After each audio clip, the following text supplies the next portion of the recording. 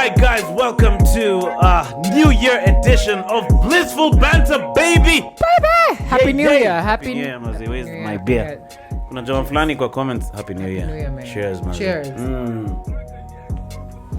Happy New Year to all of y'all. If you drink then drive, you'll die because you'll be drunk and then crash. Mtu, alafu udedi. Don't do it. So maze, Happy New Year, maze Nduta. Happy New Year. Maze, here we are on the second day of the year. The second tukona psych, ndio tukona vile tulikuwa tumesema. My loved ones to fuck off. I got a podcast to do. Check ati loved one, we unajua Mwafrika anafanya nini sasa hivi? Toka hapa wewe. Unajua huyu mtu ajui nataka kufikia nani? Hizo mahugs tutapigana baadaye. Yeah, man. So what have you been up to in this new year, man? Ulivuka mwaka wapi? Nilivuka tu ngong, man. Mimi nilikuwa kwa kitanda. For real? Yep. And I was like, why are this... You slept through it? Niggas, I didn't sleep through it because, of course, it was so loud. Wasembaka huku mitaani, now they lipua their fireworks in the backyard. Ngang kuna fireworks? Imagine wasana lipua tu hapo nje ya nyumba. It sounds like a bomb. Mazi huko Kitee, there was no fireworks. No one lipua in your neighborhood. But to be honest, mimi sikuwa home, mimi nilikuwa Afro River. Huko uliona ma fireworks. Tulikuwa na gig na Bashir, na Doug, and Ruth, yeah. George. So hey, those guys put up some serious fireworks, eh? Yeah, okay. That was dope. And then kwanza with people. Yeah, it was nice. Took a dance hapo. Hey, wow. New Year. Check it, tumeuona mkono wake Bwana, matendo yake Bwana ni makuu mno. Ametutoa mbali, ametushika mkono. Check it for real. Yeah. When ukitoka mwaka you wanna be feeling like that, you know, when you umetoka mbali. Some people didn't make it. Mimi nilifeel nimetoka mbali. My last January was shit. This one is not this too. This one is much better, comparatively. Okay, yeah. It's good to hear, bana. My last January was broke, so I called my bros to hook me up with some money to buy a phone, because I don't know, I was like flat broke. I don't know what I done with my cash, to be honest. Yeah. And then I lost my phone, right? Yes. And then I called, si unajua hizo those families are inheritance. So nikapiga simu wanipige jeki. Wakuchunie. Ni buy simu maze turudishe podcast. Because me I was thinking about the podcast. Yeah. My bro really gave me a lecture on savings. Check it. Why don't you have savings? Okay, Dad told me that you have to be friends with your money and save it. Okay? Nah. Do you have food? No. Now, if we buy you a phone, first of all, what is a podcast? Okay. All right. YouTube. Okay. Well, what are the earning capabilities? That was sad. Bana, if someone is asking for money, usianze ma lecture. Especially your bro, maze. I love ni doza inheritance. Yeah, don't start hizo. Don't start hizo. Kama ingekuwa doza yake, yes. Sawa. But sasa hii ilikuwa ya wazazi wangu. Cheki ingekuwa mother ingekuwa nishalipia hizo madola. I remember what happened. My mom was really sick that year. See, that's the year she died. So I used to spend because, to be honest, my bro used to changa a lot for hospital bills. Yeah. But now when it comes to going to Hosi, hizi madawa ndogo za Hosi, fuel to go to Hosi, like my job became taking care of her. Yeah. In fact, I used to do this podcast in her bedroom, in one of the rooms in her house. So I'm near her. Yeah. So kitu ikifanyika, mazini ko hapo. Yeah. So I didn't have any money. My bro, if you're watching, you should call me and apologize. Utume mpesa. I'm a member kwa hii Bana, something. So yeah, that was last year for me. So hizo mangoma nilikuwa naziimba from the heart. From the heart, for real. Na nipoa hivyo. It is a big deal that we're here. So you're saying ulilala tu? Chekimea dila. Of course, kusikia fireworks unaamka. I amka to look out the window to see if I'm going to see the fireworks in the sky. Yeah. And of course I'm just like, these niggas are so noisy. All right. And I went back to sleep bana. Yeah. Mimi nilikuwa chomoka and go and hug your mother. Nah. Mimi niko kwa Simba. Now chomoka I go Bisha. I go Bisha the other house. So in the house guys were lala. Yeah. Then they lala, I think. They don't. Guys are really suffering from age. Cheki unaona ile nyumba pale? Ile watu wanasafa sana maneno ya miaka. Because my mom in the morning she's like, "Dude, ulisikia watu vile walitupigia kelele?" I was like, "Yeah."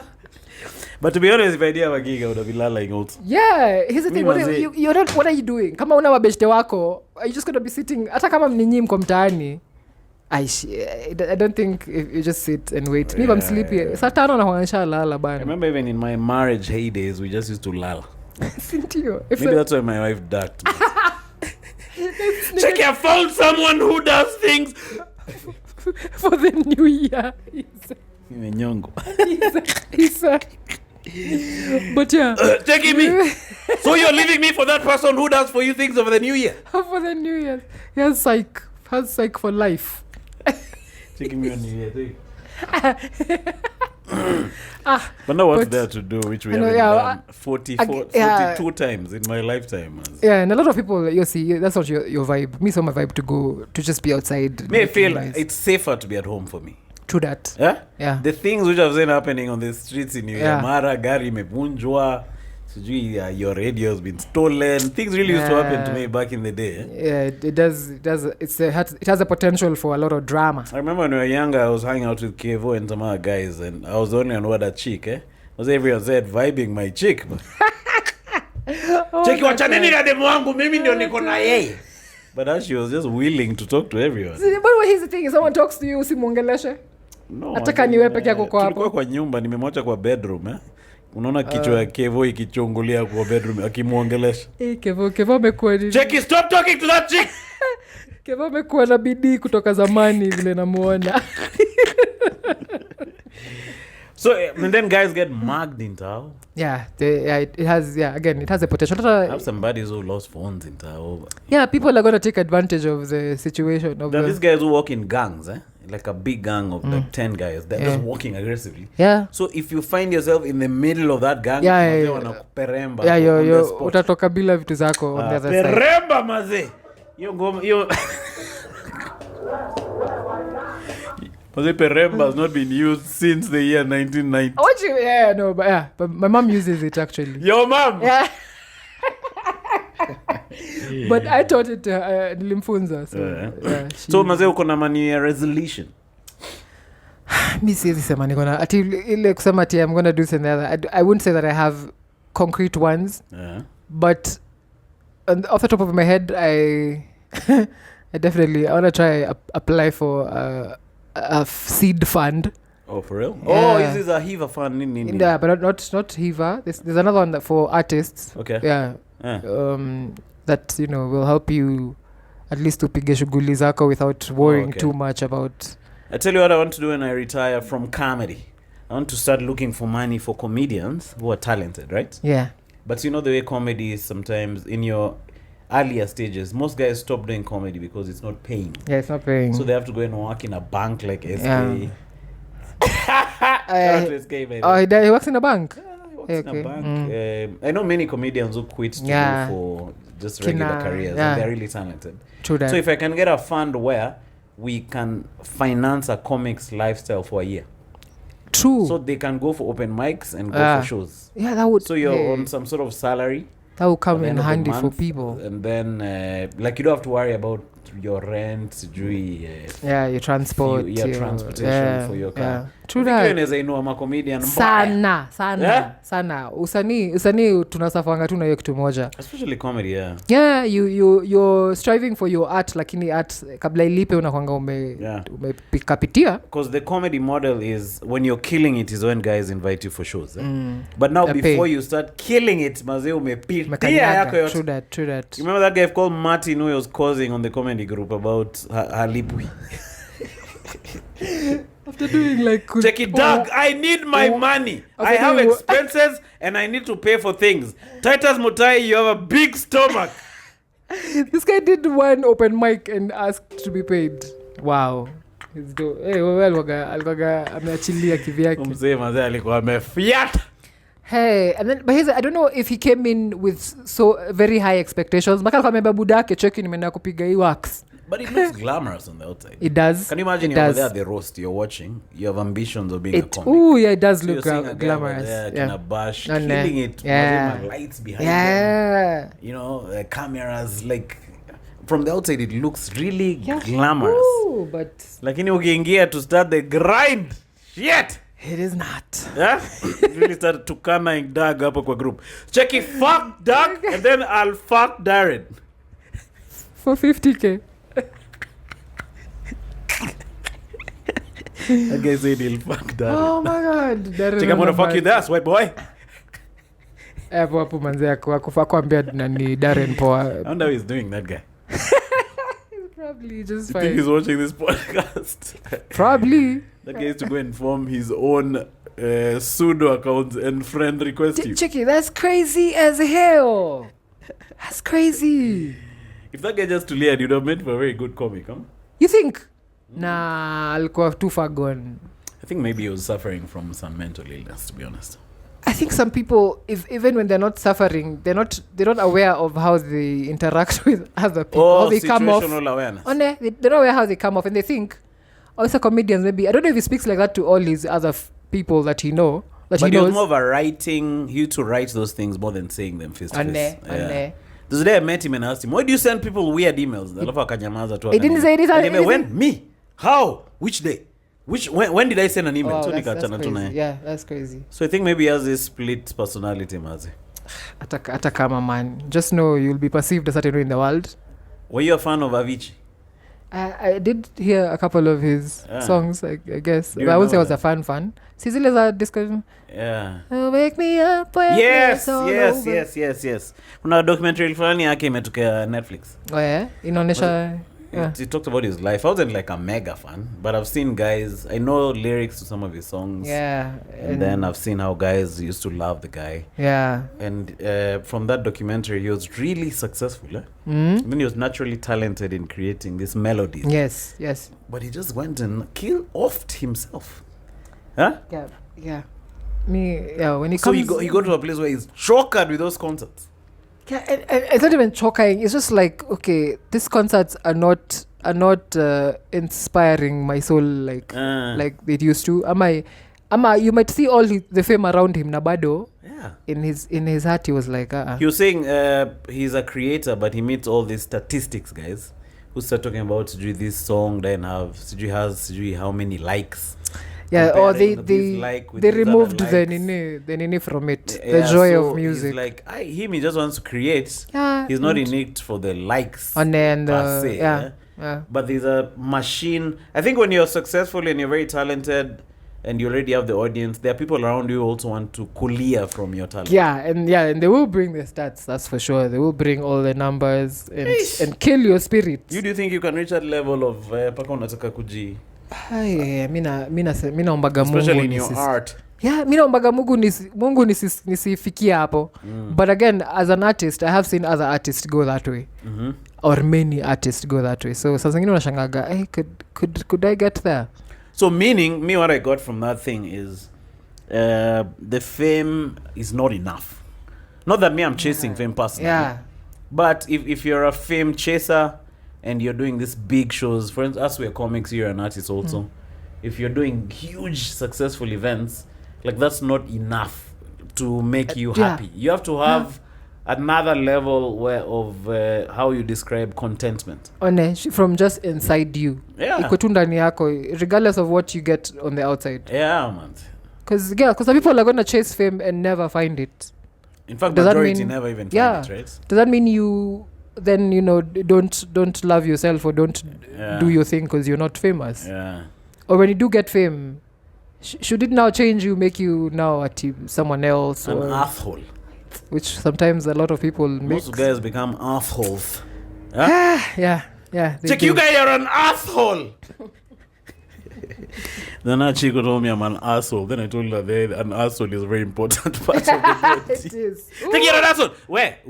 Can you imagine kama haonge kwa an asshole? It's very important. You'd be carrying a bag. I don't know why guys give all this hate to assholes. Huh? Yeah, it is a good part that you need. Clip to Taikata, Mazei. Let's fight for assholes, Mazei, in this country. Jackie, I'm fighting for assholes! They'll find another way to describe the assholes. That Avicii thing was really sad, So the guy was in Oman, Mazei Akamua, Mazei is tired of this bullshit. Pelekesha himself. Out of here, Manze. Mambo style. Mazei. Okay, Mambo kujimada. Nimeshanga for a second. But just weirdly enough, juzi kuna beshte ya bro yangu pia alijigoisha. Oh, pole man. Shit. na manze she'd left a letter and everything, you know, saying yani ati afa kama amechambaka nini zake hapo hivyo, degree zake nini hapo, anasema hizi ndio vitu alikuwa nafikiria zitamfanya furahi, but they're not really. And alikuwa detail, aliandika many pages, alikuwa detail so many things. I think she wrote it in one day. Kuna mtu anapiga simu. Eka airplane.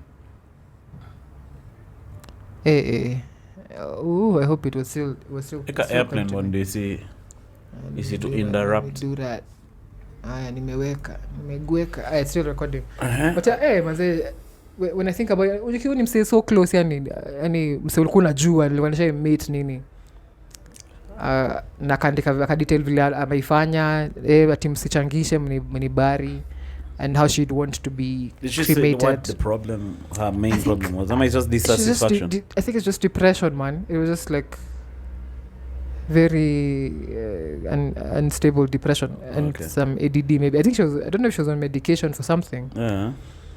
But manze, mi ukifikiria kitu, it kind of makes me unasikia kibaridi kwa roho. Yeah, that's crazy. Yeah. And then there are many people suffering from that stuff, many suffering in silence. And saa zingine wasa ufikiria ati kujiongea doesn't mean you have to just kujiongea si kunungunika, si kuwine. People think ati you're just gonna be whining over your problems. But if you speak out kenye na kusumbua, you get to articulate it better in your brain, in your psyche, as opposed to kunyamazia ama kukatastrophize, kuona kitu nikaiweza kuwa better. Unaona, kuna besenga anaitwa Mato mazee, shout out mazee, ni called kumoja akasema yeye anataka kujimurder. No, first he texted me. Yeah. And then I called him. First I wondered what I should do. Yeah. Like, sasa nitafanya. Yeah, unaweza shindwa. So I called him, then we talked about it and said laughing about it. So you know the way we vibe and laugh about serious stuff. Yeah. So cheka tukaongea, akaanza kuniambia yenyewe mazee yeye anaona nika hii wiki yaishi. Cheki mimi. So unataka kuenda Zayuni? Zayuni, man. So the funny thing is we really started laughing about the whole story. Yeah. So we laughed. And I was actually a bit hesitant to call him. Yeah, you thought I didn't know what I'm going to tell. How it's going to go. Ama bado muongelesha na bado ajini. Yeah. So we talked and a couple of weeks later he called me and said thanking me, man. He was saying after talking to me he was happy now. He said one of the ways he's keeping himself alive, which is weird, is he goes to morgues, and then he sees people leering for the dead person. Yeah, okay, that's... Chikisomi waenda kwa morgue, alafu na wase wamededi, alafu watu wanalia, alafu wanasema siwezi fanya watu wangu walie. It works for me. Checking me. That's polite. You just keep going to those morgues, and seeing those guys who are dead, and then you see your people shouldn't pity that. So keep doing your treatment. That's extreme bana. But it works. The guy is still around, manze. But amepitia yenyewe boys. I hope tu pia one tu pia vitu zingine ambazo tu zinamfanya kae endelee kukaa. In fact I told him akuja na hii mazee akuje kwa pod manze. He told me mazee moved huko Kirinyaga mazee became a freaking alcoholic huko hivyo. Alikuwa wale wa mse, you know those guys you find in sharks who speak really good English, but they have drugs. Check it. One of the things people don't know about my past is I used to work with Murkomen. Check it, but you're with us at this Changadian, bro. But no, that depression can catch up with anyone. There's not a friend of mine who's a successful guy, but he was telling me he was pitying some high-level brokenness. Paka he became a Changadian guy. He used to go and drink with 10 bob. Yes. Imagine you go for inaweza pata mse yote, anybody, hata nasi ati I don't know, people, you shouldn't think that you're being weak for being like that. I think you shouldn't keep it to yourself. You should speak about it to someone. Yeah. So and kuna any safe spaces all the time. Shika vile msana hujatoa kuambia wewe, check, I'm thinking of doing this. Manze. For you kufikiria kuambia wewe is because I feel a certain way about it. They're reaching out, yeah. So if someone feels like you are a safe space for them akwambie kitu, unasema boys tu pia upenda kudisiana sana. Yeah. Msana kufungua roho ashaanza kuingiliwa. But hiyo kuingiliwa inakuwa therapeutic. but it depends on how it's done man. Kwingine tena zampusha tena saa aende kabisa kajinyonge but kuna ile unazambia mse pia sisi unaweza jokata mimi na mimi nimepitia hivyo hata wewe endelea tu kujikaza whatever. Don't just put everything down. Sasa zingine si vitu zote za kuchekelewa pia. I need to call the boys by ni muulize yako haje mazi kama akopoa. Cheki uko poa bado unaenda kwa mamok kwa wase wa mededi alafu sasa utafeel ni kama familia yako isifeel hivyo. I got 2 mugs a week. Cheki no bado naenda every morning naangalia wase wanalia alafu sana feel poa naendelea na life. I hope I coffee. Mazi. So what else has been happening? Justin Asioka ametoa ngoma ya New Year. Sijasikia bado 2025. Inaitwa 2025 man. Tena fame dance yake yote. Mazi, that chick is gonna may I tell you what I do if I'm that chick? I just keeps I pre-record these songs so niko na hata 2200 alafu unazischedule kwa YouTube. Oh my god 2200. You know that can be inheritance for your toys. True that. Because the one for 2025 is it's gonna 89k views. Wow. Okay. True that. By the way, every idea. year mazee wasona they even wait to see your video record. It's been scheduled. And then you record 1 year siku Yesu wanarudi the end of the world. You unaita end of the world. Check end of the world. Utajipata wapi? So Jesus sasa ndio itabidi launch your end of the world. Check Jesus. Oya, kabla niwapeleke kizimu hii. Tumalize na hiyo wimbo moja ya Justina Siokao. Kutoka 2020. 28. Check Justina. Check. Which? And then you go to hell after watching her video. That can be sad. Check it out your video here.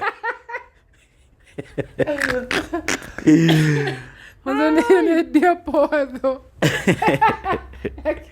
See end of the world though. The end of the world will shake. It'll be played on CNN. Check it. All right, before the end of the world, let's play a song by Justina Siokao from the 2000 era. From Kenya. The 2000s. Check that chick. Check. That chick is consistent though with her videos. It's true. It's true. But she's built a nice brand. Yeah, she has. Nimemchemchika akijiongea and I was like, yeah, she's pretty dope. She amengangana and she's out to get it. Yeah, look at us talking about her over here, man. So ametoa 20. So if you haven't watched it, 2025. Just go and type 2025. And you'll find Justina there singing you into the ears. I don't know about this. Hii ni mwaka wa. Yeah. How do you know? You don't know. You can only just hope and just... I'm saying it and not having actions towards. How will it be mwaka wa job when you're still waking up at 9? Check it. Yeah, just be like, you could start by saying hii ni mwaka wako at least amka mapema. Yeah, but because those guys don't amka mapema as artists. Tutalala late. Something. Don't just be like hii ni mwaka wa madoa ama hii ni mwaka wa without how. We're too focused on outcome rather than input, man. And input is where it's all at. Yeah, man. Now you might like not me, see. If I start singing hii ni mwaka wa Kizangani podcast, then I am not uploading. Check it. Uploading. Aye. And you limba ni mwaka. The time Otwe is really chomoing podcast. Shout out to Otwe. Yeah, Otwe, shout out. I do be seeing that acronym every other time. What the heck did you get Otwe? I know. With Eric. Check it out your Otwe. Eka with Eric. We. Otwe sounds like a Kitengela plots biashara man. Check it. Welcome to Kitengela Otwe plots.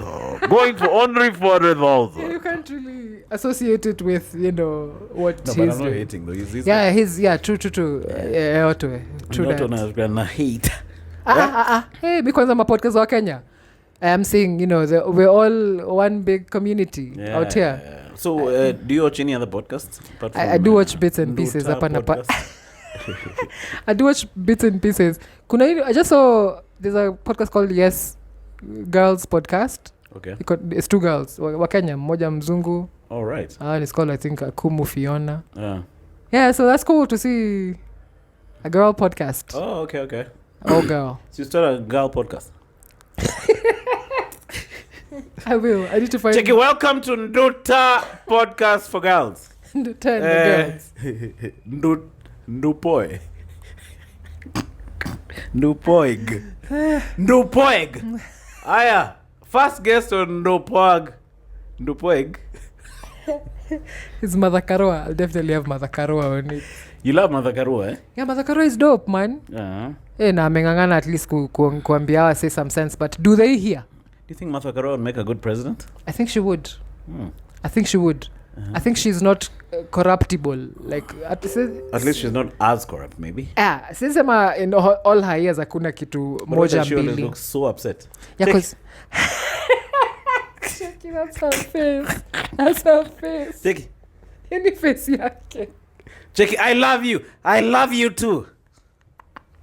Check it. You don't want to show emotion of happiness. Check it. I'm showing it. Check it. I'm happy right now.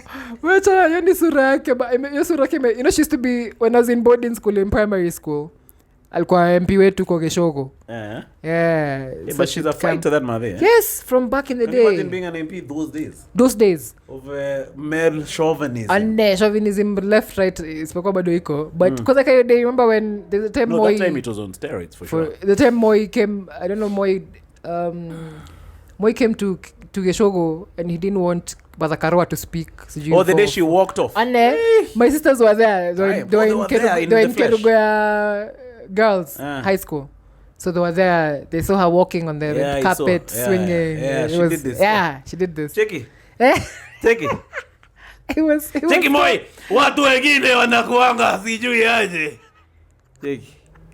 I remember that scene. I'm sure Muma. Check it, baadaye. That was a horrible display. Huyo mother ni nani?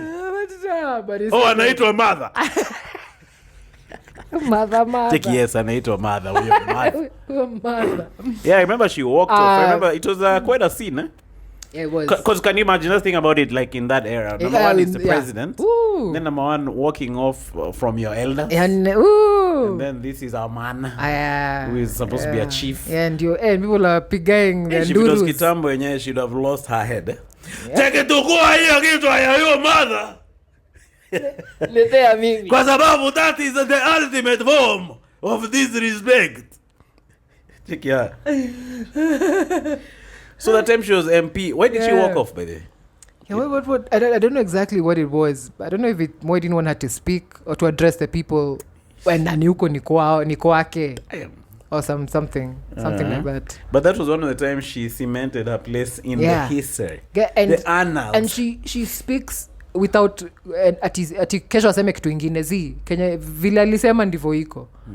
And calls people. Hata sahi when she was calling out kwanza ka Besije. You know that time when Besije akiabductiwa man. She was her lawyer. His lawyer rather. Yeah, and Besije was coming to her book launch. Ndio maana alikuwa anakam. He was supposed to speak. Yeah, at her book launch. All right. Saka kwa na magani. How? Si alikuwa shachukuliwa bete mafi. Jackie, you went with the guns to the Mata Karua launch? There were guns in between the books? Si kazi hapo teneza kuwa bado alikuwa anajaribu kuspaitiwa. Ndio maana Besija kashika akakuwa in the mix. Oh, that's why she was I'm sure she was offering pro bono services. Yeah, she was. When she went, she was going to offer. Did she get a chance to represent? No. Museveni alikata hiyo story. Museveni didn't joke with Museveni alikata hiyo story. She did go and try. But it's good she tried. Alafu ana call out pia kina Mseka Ruto. And you can see akiona speak, she doesn't stoop to calling people names ama nini. Ataongea tu vile anasema articulately. And just say, you know, kama savile ingawa saa zingine amekasirika anasema Ruto akisema sini mapepo yeye ndio mapepo, yani she did say those words. But yeah, most of the times he is the one who is mapepo. He's the demon. But my only issue with Martha Karua was that time for post-election violence. What? Kibaki swearing in, man. She was defending Kibaki viciously. But me, I think what was the option? What was the no? She would have stood with Raila. Yeah, won that time for sure. Me abo pa Raila. No, as in support aside, whether you support him or not. Hiyo time enyewe alishinda election, but kina Bucks really pulled a major karate on him. Check it. Ta. Checkmate. Check it, Raila. Oh. So Martha Karua was there, Maze. She used to hate Rao. That's why I was so intrigued when it all flipped around and now she's Rao's running. It's like, hey, these guys are crazy. But I don't think she wasn't really against him as opposed to supporting someone who was right for the country at the time, I think. Being Kebaki. Yeah. But so it was he was right but elected by the wrong. It was right results with the wrong formula. Yeah, hata mimi apili I don't know. Maze hiyo ni kali, hebu.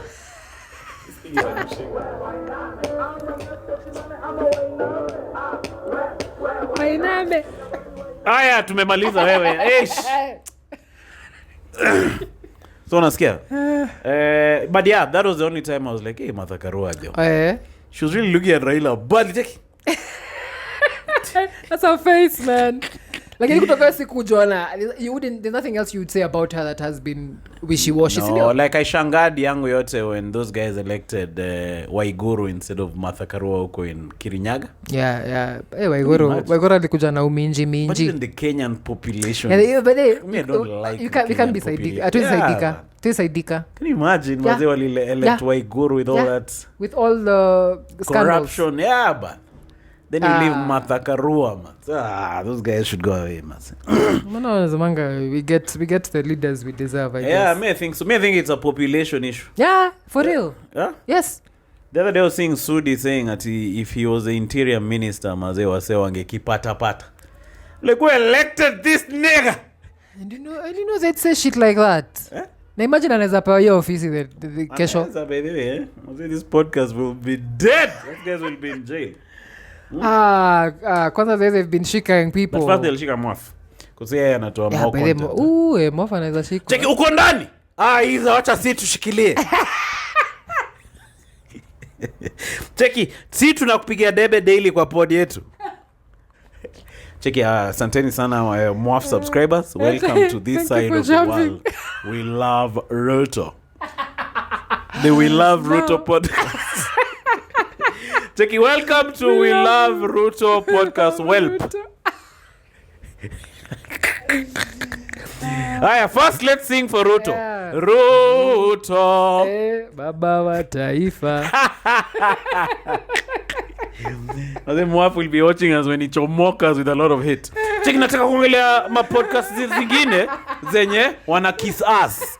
Okay. Kuna boy fulani anaitwa Kisiangani, anavanga miwani.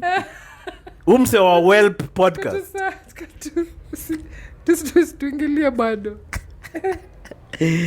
So yeah, what are we talking about? We're talking about Martha Karua. If she runs, I don't think guys will vote for her en masse. I feel like maybe the Kenyan population is still very far away from electing a female president. I think and then female and not corrupt. Like the Kenyan population loves this pizzazz. Yeah. Someone in scandals. Sudi ametukana. Rigiji ametukana, nani amevutwa kazi. Nani asijua amepiga nani kofi. Ameshikwa kwa ICC. Wamepelekwa na Raila. All the side shows associated with. Chiki, kwanza hizo msekakana. And then when we do have females in representing us, we get people like Karen Nyamo. Yeah, bana. And Jackie, you are a socialite bimbo. Who was saying that? You don't remember Miguna? Oh, he was telling this is a socialite bimbo. You're talking about nani? Esther Pasari. Oh, but unless Esther Pasari iko kazi alikuwa na do. And then she came from the and then she came. Yeah, background yake ilikuwa from a biz, Adopter Light nini. Is she still in Ghana? Bado yuko. Nimemwona, bado yuko. I think I've seen her recently. I don't know if I don't know what office she's holding right now. Last I heard of her, she was at the Femicide march and she was chased. by the people. No, why are they? Femicide fighters. Sorry. Why are they chasing her away? I think she had not supported the cause or something. She had said something against the cause, so they didn't allow her to speak. Yeah. But since then, I've not heard where she's at. Alikatiwa za Adani, allegedly. I don't know. Check it. The Adani deal is not a bad deal. what will happen is he will build the airport and run it for 30 years and make money for the rest of his life. What is wrong with that? Jackie, what is wrong is you're a socialite bimbo. Bimbo. I didn't even know. Hey, but now again, when women do bring themselves, I'm kidding. These are comedy podcasts. We do need to give the chance again. People wanahonga washa. See, we need to give women a chance, man. Already when they're coming up wanahonga washa. You already been put in a box before you even done anything. That you're a socialite bimbo.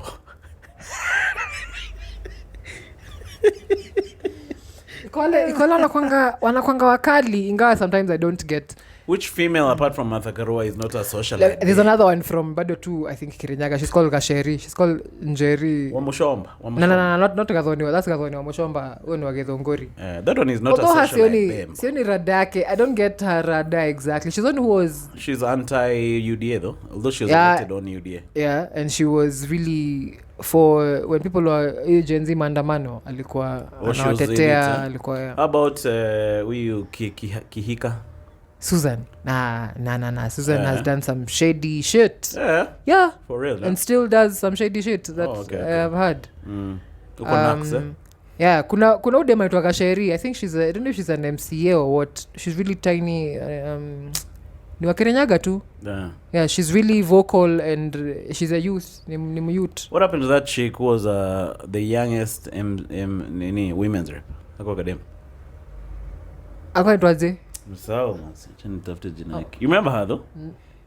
But these guys went and was it Nani Toto? Yeah, Toto. Yes. What happened to that chick? Si bado tu wako in office. She was married by she got married, she got a baby. She get married, man. See now again was wengine. I'm sure she was given bad advice. She was hung out with She's given pressure. She's given pressure. Yeah? Again you're saying if you're single and you're trying to be a political figure, ati pia sasa ni which is challenge. Thinking the Stone Age, huh? Yone a chick doesn't have to have at association na male atindo saa kuwe valid in this society. Some nonsense. Singeonge na manini OG MP kama Martha Karua wa Mwongelesha. But she was hanging out with the wrong crew for sure. She used to hang out quite a bit with Rigiji. See she alikuwa on a UDA ticket, no? She's a mother now. She's a mother. These guys went and married her off and fed her mandazi. Cheki kura yo mandazi. Wali Rigiji anampe mandazi. Cheki kura yo mandazi alafu upande private jet. Alafu tuende. No wait our ndege. Patia huyo mandazi biri tukiedaga. Wait our ndege. Yeah, you can't even tell. She looks like a mother now. Yeah, she's a mother now. She's yako namba kwa watoi, mdama ni mtoi. Lakini unaweza kuwa na watoi lakini usikae mudhama hivi and she's a Toto. She's Toto. Her brand, it's affecting her brand. You know some people want to look like that. They don't want to look like girly. No, she looks but then she looks different. So maybe next time she'll run as mama. Take asanteni sana. Welcome to this rally. Mama, ndio huyu. Have you gotten mandazis?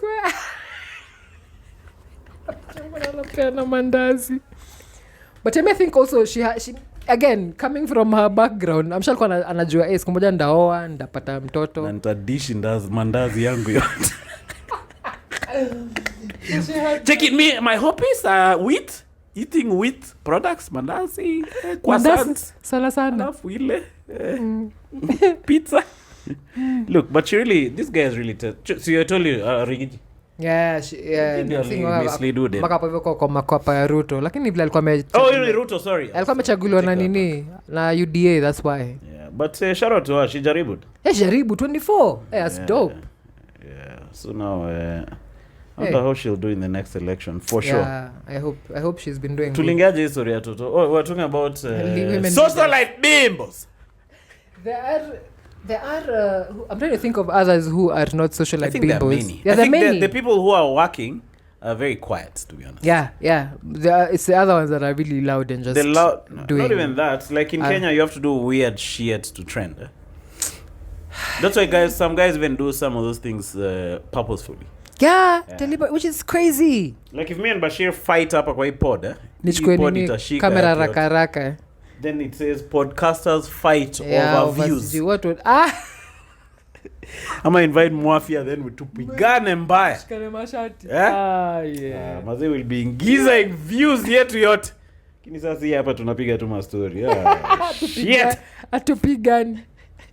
But you know people like crazy now, they will do anything for that internet fame. Wasameachilia. Yeah, guys are doing crazy. Kulikuwa na msediwa alikuwa I think ni Black American wa maju. He sprayed some bug spray on food items uko hivyo Walmart. Did you see something like that? Real? Can you imagine? On camera. This guy has been doing pranks because that's how he figured he's gonna get famous. Imagine. Ma pranks za ufala ati anaingia kwa resto na ice anarusha kwa mafuta. Unajua ile mafuta ya chipo ukirushwa ice vile itafanya. Ita blue na nini mpaka imwagike hivi. He'd do something like that knowing the cost it's gonna cost these people. Afa anatoka na hepa wezi mfikia tu umfanyie kitu. Ati ama dropping a cake off like a high story place na kuna sawa anatembea huko down. Can you imagine? For real? Yani dumb pranks na anachukua video. Did he get arrested? So when he did spray the things in Walmart, that's when guys kukakuwa na outro hata hao followers wake wakaona wewe umeenda tufa. Akashikwa sasa na akafungwa. Oh, he's in jail right now. Yeah. Maybe now he's recording being kumongo in the arse. Check it, all right. This guy, he's gonna kumongo me in the arse. Check it. Check him uploading. Being kumongo in jail. Careful. But yeah, you're right. There's this YouTuber who went to South Korea and defaced some South Korean statue. And he got arrested for that. Shit. Why would you go and do that in a whole another country? Yeah, there's a Somali guy. I've forgotten his name, but that chasing fame, like we were talking about when talking about Avicii. Yeah. Like you'll get it, but you won't get satisfied. You'll have to do another crazier thing to maintain the audience. Huh? And by the kitu kionesha kukula, if something cools your soul, just leave it alone. You've already you've given up too much already. Yeah, kula tu mandazi zako kama akal toto from. Who the heck is this guy who married Toto, to be honest? Able to muangalia. He was I don't know, a pastor. Was it a love marriage? I think so. Marriage? I don't think it was arranged. I think it's a boyfriend. Boyfriend? Who she chewed her original boyfriend. She had another boyfriend before. Who is this man who won the heart of Bomet? Woman rep. Check Jamal may kneel down, he's proposing with a freaking man. Yes, you see, he looks like a pastor with the spectacles and shit. He's married to ni Godfrey Kimutai Tanoi, alias Nifty the altruist. What is that, man? He's an altruist. He's a social media celeb. He's a person who is philanthropic and loves to do good, man. Huh? Afu Nifty, and he also loves to marry women reps. Cheke me upenda kudu. Me upenda kumari ma women rep. Yeah, that's how I practice altruism. Yeah? When it is rumored that he has 3 children by another woman, red flag. Kwanza 3, not even 1, bana. Can you imagine? This guy with his 3 toys went and married this chick. I think he was eyeing hizo those women reps. Yeah, or ama inatakuwa saa nini MP after. Che, nimemaliza hizo pesa zangu sa altruism so this month. If you could just post me with 400,000. Ama you just give me the ATM card. I think this guy just bid adieu to his former wife. Check it, this is business. Yeah. Nenda tu as a business. And I will see you in like a couple of years. No, but shout out to this guy. Yeah, shout out. I hope mkae fiti. I hope they're doing altruism together. And mandazi eating. Check it. Mandazi eating for sure. Mbona hapo sasa kuna wase watatu, who's the other guy? So this is the altruist before. Then now this is him during the they're proposing. Okay. And then this is her receiving. But shout out to Lynette Toto. She's done she's done the best she could. What else do we need to talk about in 2025? Failed concerts. There's some few failed concerts which have happened. This cheki me too many boaje. Tunajaribia rep yetu and it's annoying me as a reveler. So apparently guys have been storming these concerts and trying to get for free, yeah? Oh, for reals? Yeah. I'm sure that's just one aspect of what has happened. Pia kuna aspect ile ati akujapangwa vizuri. Ama like just Maraga naitwaje? Shensia. Yeah, just the other day sindio ya Shensia. I perform for 1 minute, For 10 minutes. Oh, okay. Or maybe it was even shorter, probably. So apparently when she was performing, guys stormed into the concert. Oh, guys tried to rush the concert. Yeah, so she was taken out. Really chewed at her. So there were some chicks over here really complaining. Scared. Yeah, it wanted to be refunded.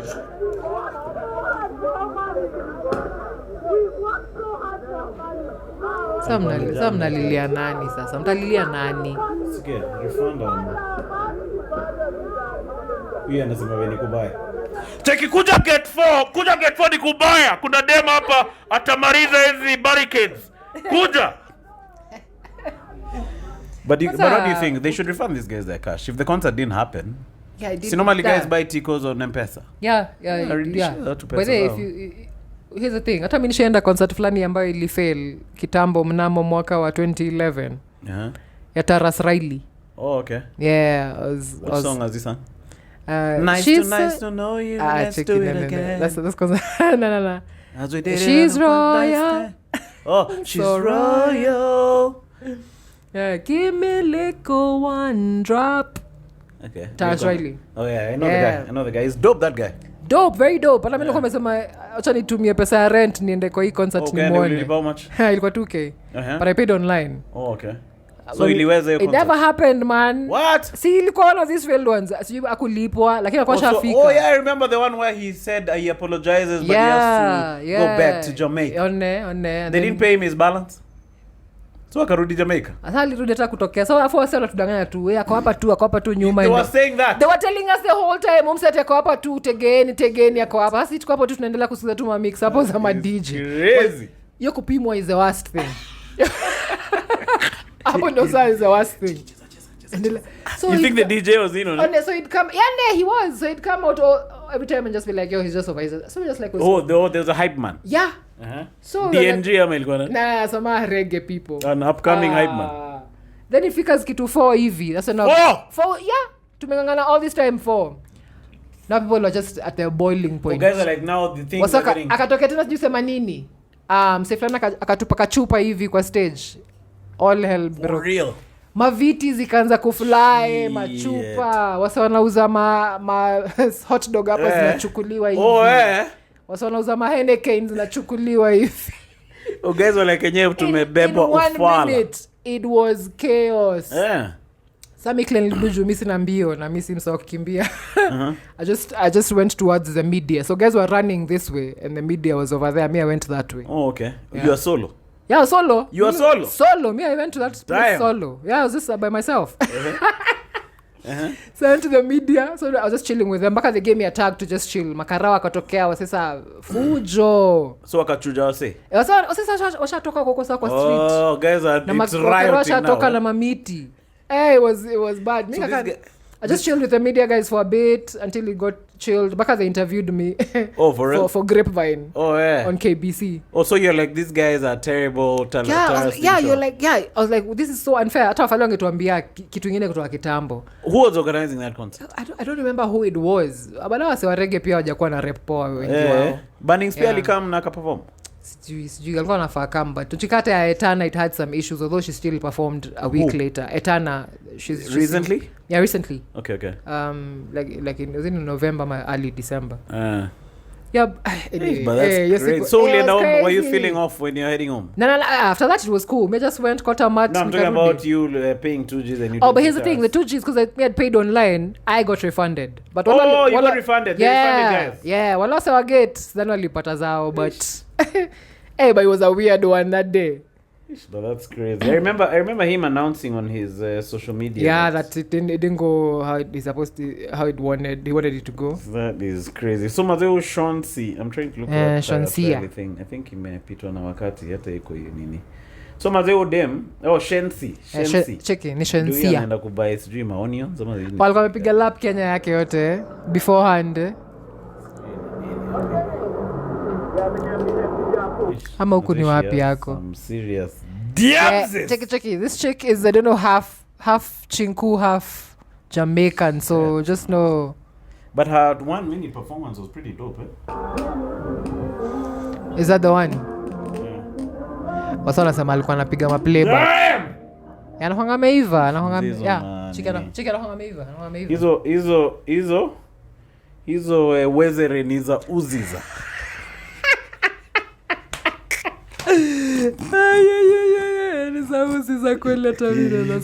So there was this concert which was a failure. There was another one. Yeah, there's a couple of other ones. Maybe it wasn't this. I think it was just... There's a couple where Esila ilosemela Diamond na kina Willy Pose. There was someone who did a whole thread of failed concert. What anionekana as I get. There have been I think those are Raha Fest ilikuwa ya Shensi. Ndio ya Shensi. Oh, okay. But these guys get paid in advance. So if it fails, it's down. I saw another one near Banner Boy. So he was performing in Lagos. Oh, okay. And then a fan rook out on the stage. And then he got upset and left. Like it was a very small thing. Yeah.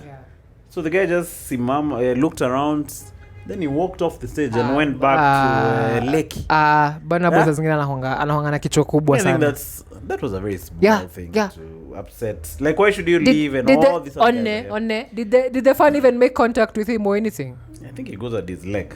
Oh, yeah, and was it a chick or a dude? It was a dude. I think that dude wanted to kumonga Banner Boy anahonga saa zingine mimi naona kako na kichwa kubwa saa nyingine. Yeah, that's what I think. But I don't know why he left. And so guys were saying in the comments that these guys don't respect African concert. Yeah? They don't, and I hope when he does, unajua anakam May. Mazee wase wasimrush. We usirush Banner Boy. Please. Utakuwa umechomea wase zao za tikiti mazee. Ule anamrush na refundia wase. Who? Whoever rushes him refunds the people. Usirush Banner Boy mazee. So yeah, that's what happened. There was a concert here, Churchill hapo. I think it was at KCC where guys said shouting, Ruto must go, man.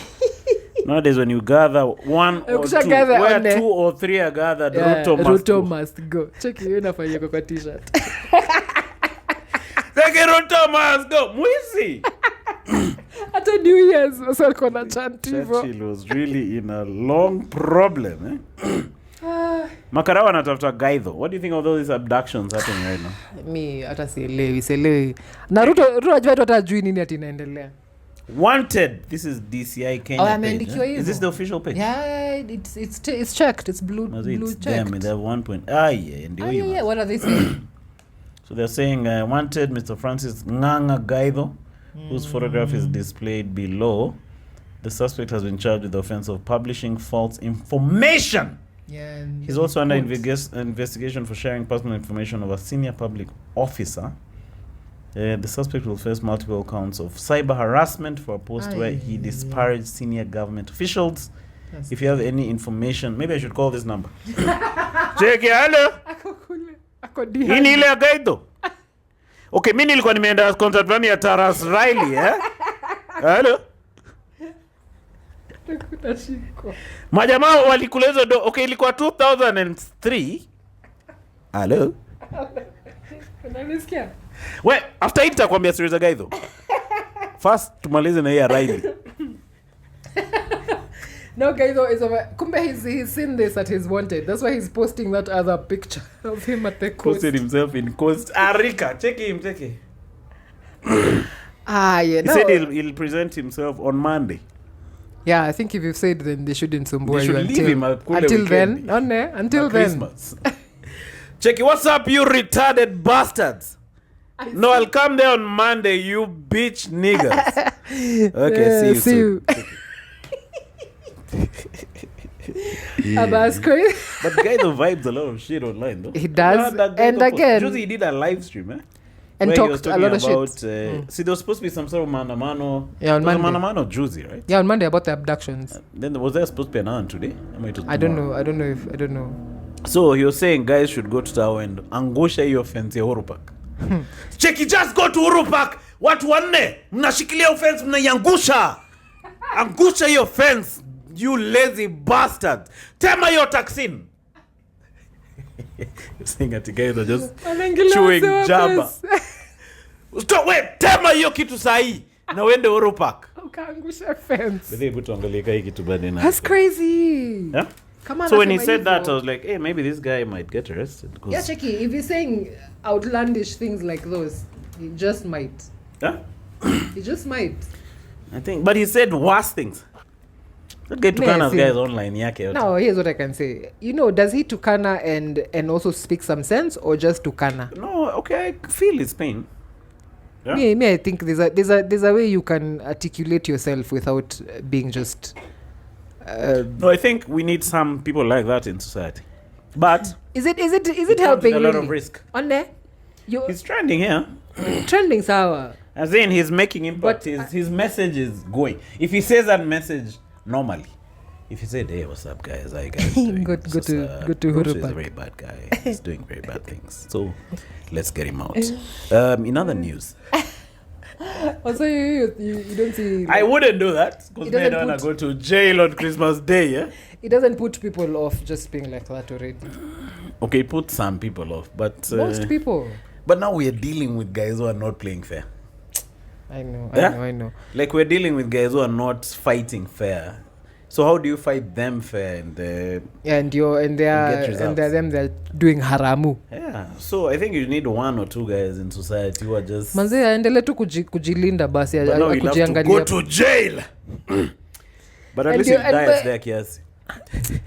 Because dudes, you know kwanza check you fucking police, give me some fucking mandazis.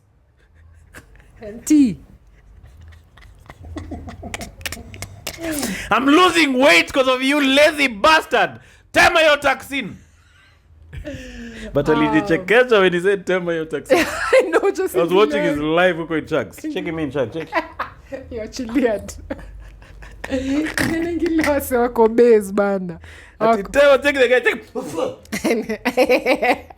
Chiki mazi Gaido amesema. But again, is Gaido again when you're being an activist, yeah, kuna level pia ya activism penye unaweza saidika. Kuna wale wengine wenye they are, I would say, a lower income person ambaye atakapitia kabla if he's caught is the same way. I don't think wako level moja na Gaido. Gaido kishikwa, he might be able to achilisha himself in a... I think he has a lot of social capital. So he guys does. Like in a Martha Karua will go and chomo him. Check. But yeah, but mbona umeshika huyu? Check.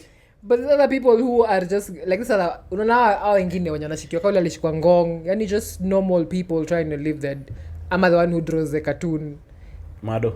No, yule mwenye amechora cartoon ya Kasongo. Oh yeah, the silhouettes. Yeah. Oh, those guys are still not still not been produced by. There's a guy who shikwa Dingong in Embu. That's crazy, man. Yeah. Where are these guys, Maze? The cops are saying they don't know where they are. On there, which is some nonsense because you all can't say you don't know. But Maze, we are retrogressing, Maze. It's cheki, we're in a bad state. Unacheki kuna mabrozo wengine walikuwa wameshikwa wanaitwa Longton. Wako na jina ya Swahili and then a Longton. No, there had been the other batch of kidnappings, if I may call it that. The first time? Yone. Kitambo. There's a guy called Brian Njagi and wacha ni Google hapa hivi. Bob Njagi, sorry, not Brian. Oh, these guys for Kite. Yeah, guys for Kite, Longton.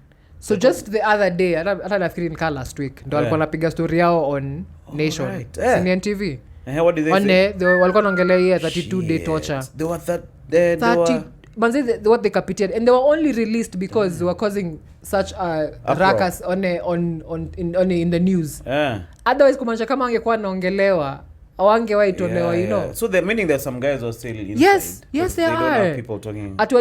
Aliingishwa tu hivi first unatolewa tinguo zote unabaki ndese kabisa. And then you're lying on the floor after that. So the first day they didn't eat anything. You're just lying on the floor ndese kabisa. No boxer. And then the next day now you get food like once. Like that? Yeah, torture like that. Haya, mseka mkukupatia dish. Unapigwa kwanza ndio sasa upate hiyo dish. For real. Na si dish. So I think the first week they were given like ugali na cabbage, which is 1 meal a day.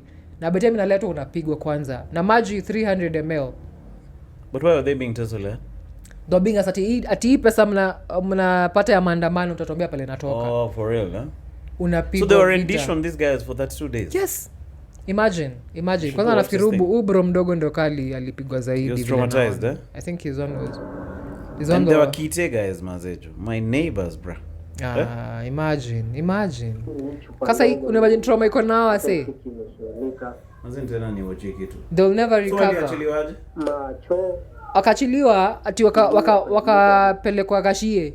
Wakachiliwa tu pale Gashie na wakapatiwa 300. for fare or whatever, yeah. Akapatiwa simu zao onne. Simu zao hata zishaisha moto. So what they did, they didn't even catch a mat or nothing. They went to an estate near there. Wakapata mauchi na mauchi waliongea wakawajua wakasema mnajua mnatafutwa sana. Wakawachajia simu and they called their other brother and so brother akawakamia. Yeah. And this guy looks traumatized, man. Yeah, this guy I think pitied the most. So these guys are doing bad things. Bad. Na Ruto anajifanya tu ati alafu Ruto has the audacity to say ati wazazi wachunge watoto wao. Yeah, even his minions are saying that, including ODM guys. Kina John Mbadi, Junet is kwanza unasikia tu unaweza piga sema. It's crazy. Afadhali tuseme kitu. Afadhali don't even speak. These guys were the ones who used to ingilia this guy 1 month ago. So meaning it's worse than even we perceive from the outside. It is worse than we thought. You see that old man leering about his toy, yeah, like he just wanted his toy. Alikuwa ametoka Embo ama alikuwa ametoka wapi? He was saying he wants his son. This guy, as the guy that says, mtalipa.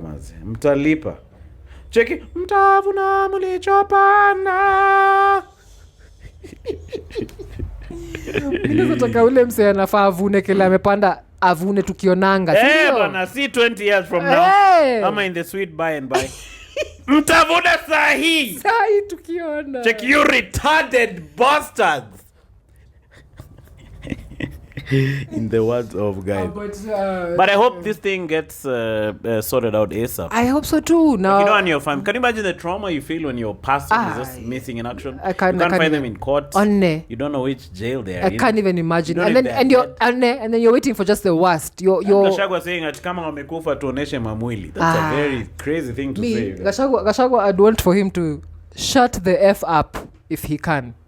Because he's not making it better. Can you imagine if you're waiting for your loved one alafu usikie Gachagua akisema vitu kaa hizo? Tiki ningoje muli yake. Gachagua mimi naweza penda nyamaze sana penye yako. Acha hizo kierere yako nazo. Don't tell us shit now that you're outside feeling at you salty at cause ulichujwa. That guy should get serious. So so annoying. Poleni sana all the guys who have their Manze, for real. For real. Let's hope this guy is chomoka. The other day I was hanging out in a place called Dao Restaurant with Kievman, na Palomine called Mahia. So we're chilling and then Kina Mahia goes to pick a phone call, Kievman goes to the loo. So guess who walks in, Manze? Casmuel McDonald O'Reilly.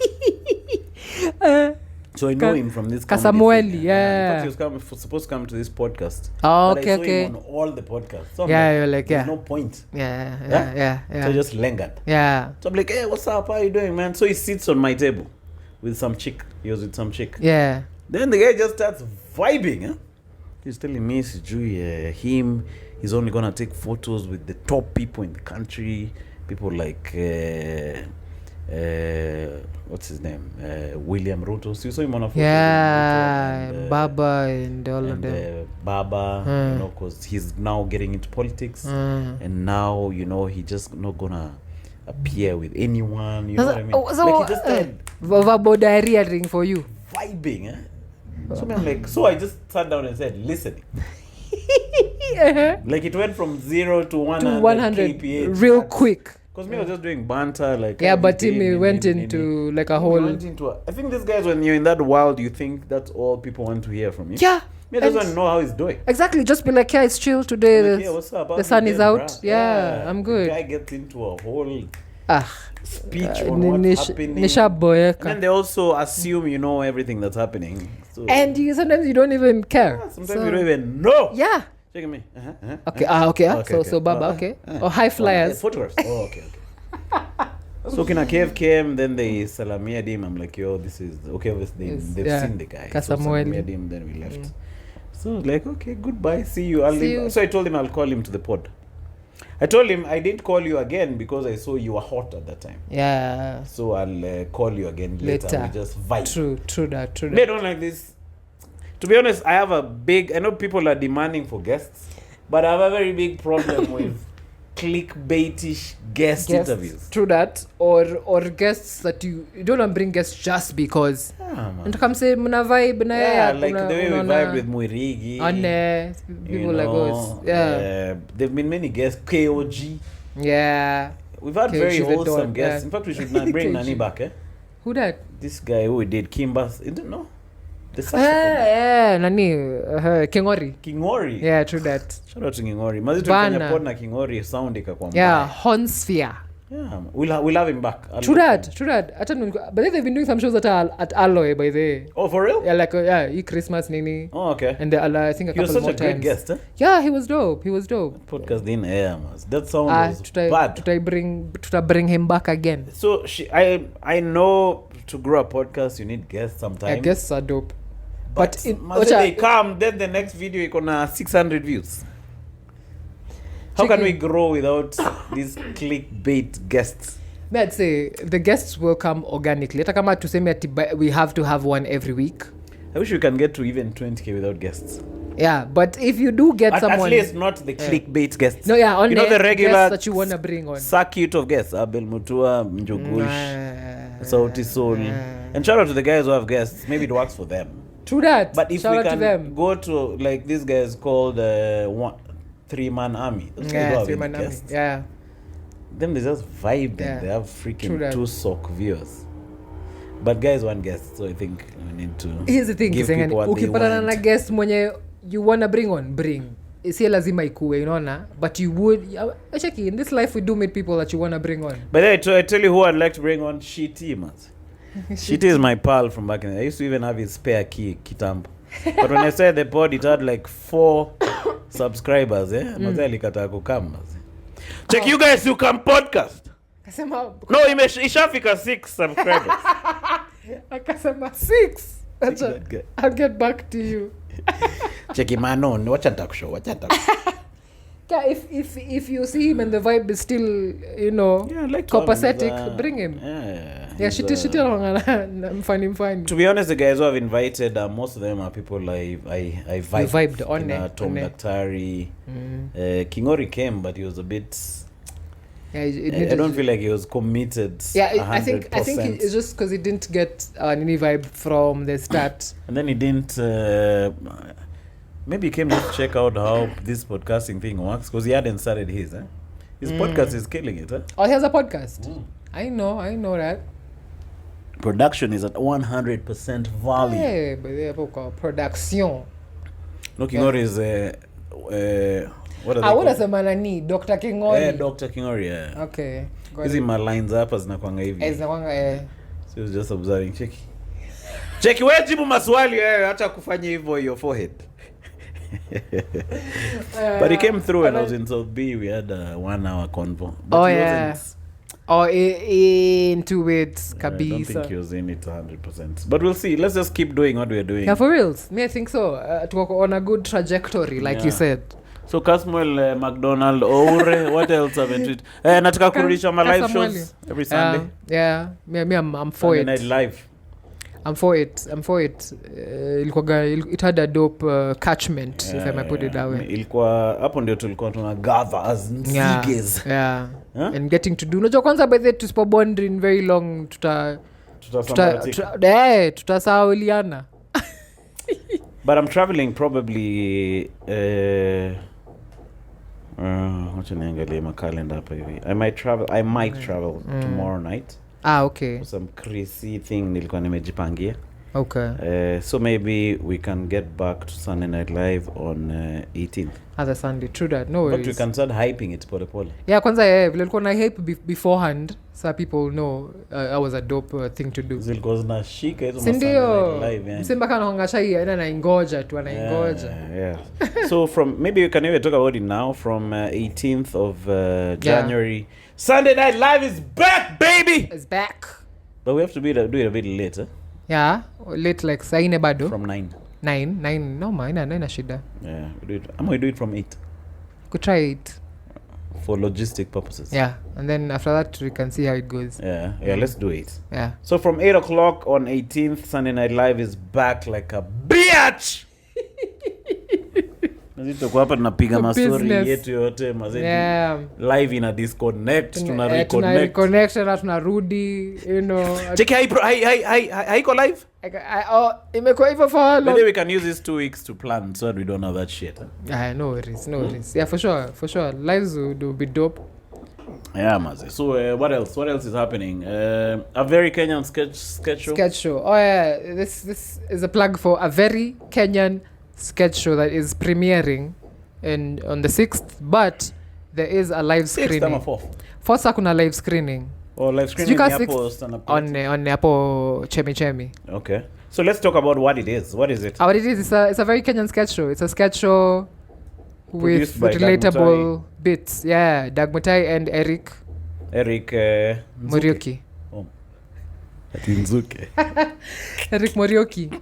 Eric Morioki Nzuke. And then by Tribesman Pictures and Stand-Up Collective. Yeah, I've seen some clips. Oh, you have?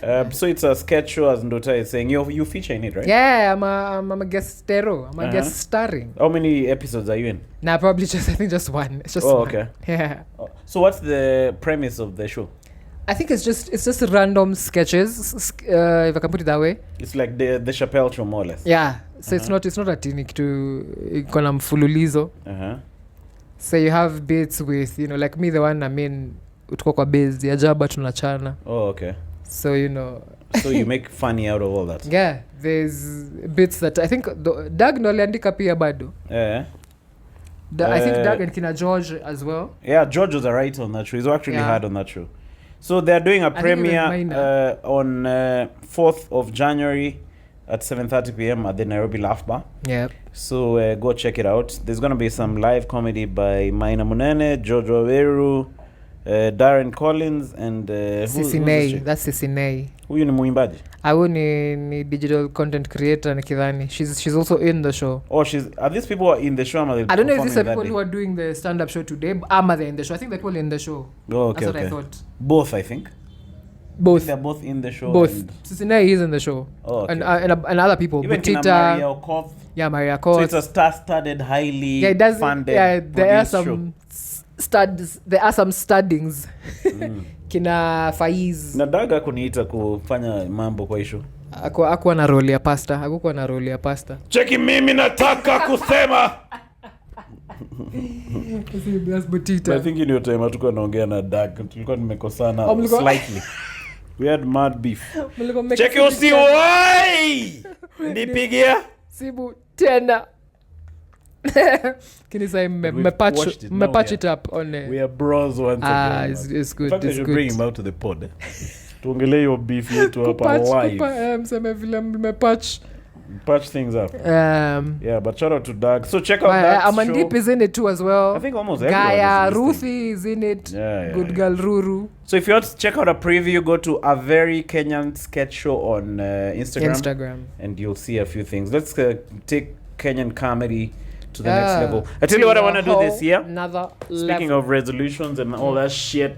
Yeah. I'll do fewer shows, God willing, this year. But bigger ones.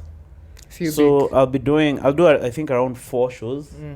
Apart from Kez. Yeah. So I'll do 4 shows at Kez, at Alliance. Yeah, Alliance. Okay. If I'm gonna do another show, it's gonna be at Ukumbi Mdogo. Unajua Ukumbi Mdogo? Yeah, KNT. Up at KNT. Yeah. So those are the 2 places where I'll be doing shows. But I want to do fewer but bigger shows. True. Yeah, I want to produce big, nice sets. A nice spots where you can reach a variety of people. Yes, recorded, high definition. Like we want to do big things, bring in big artists. And take this thing to another level. To a whole nother level. Yeah, but a podcast, hopefully. But to be honest, I want to work hard on the pod this year. Yeah. Last year I was a bit lazy, but I just want to keep excuses aside and do a couple of things on the podcast. Whatever else I'm doing. Yeah, I think so. Tuko na good track. Mina nasema hivyo. Man, I think our fans have really been. I saw your video. Merry Christmas. Merry Christmas. Yeah. Iliweza sana mazi. So Merry Christmas. Happy New Year to you guys. New Year. Thank you for watching this pod. Keep supporting. Then also we need to make this pod profitable. So become a member. We are back to membership. We're back. Membership, Mathakaroa, Jackie. Jackie, stop using my expressions. Did you see Mathakaro on Nani's podcast? On Mwaf.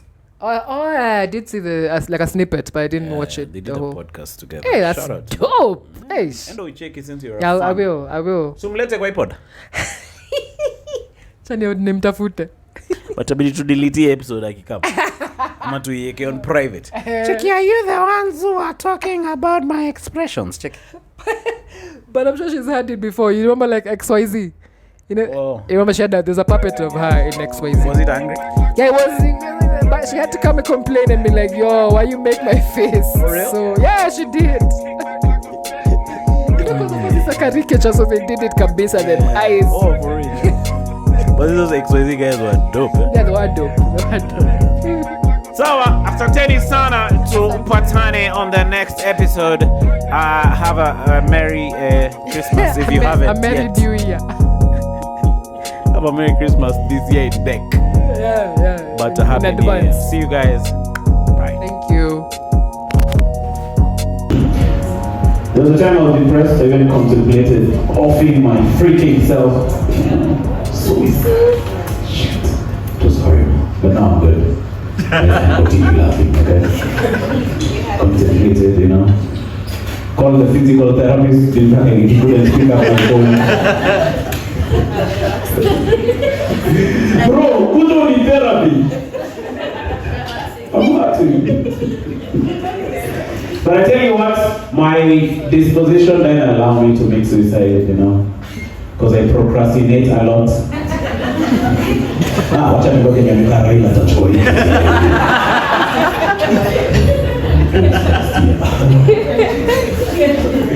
But also committing suicide, I leave it together, you know, committing suicide is there's too much of a commitment. Yeah? Because now I have to go to Tao, I have to use a match, right?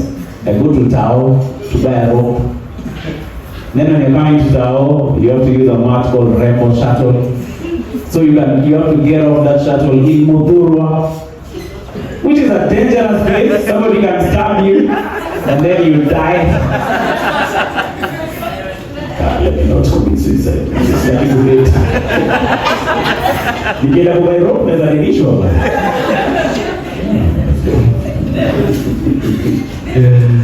The Japanese have a culture called harakiri. You know that stuff? You know it, right? Yeah. Stab your freaking self. If you bring shame to the family, you know, you just take a knife, stab yourself. Oi! Oi! Don't die, someone cuts off your head just for bringing shame to the family. I wish some of our politicians would commit harakiri. Sindio, right? Yeah. Nimeleta shame kwa my family. Nataka kucommit.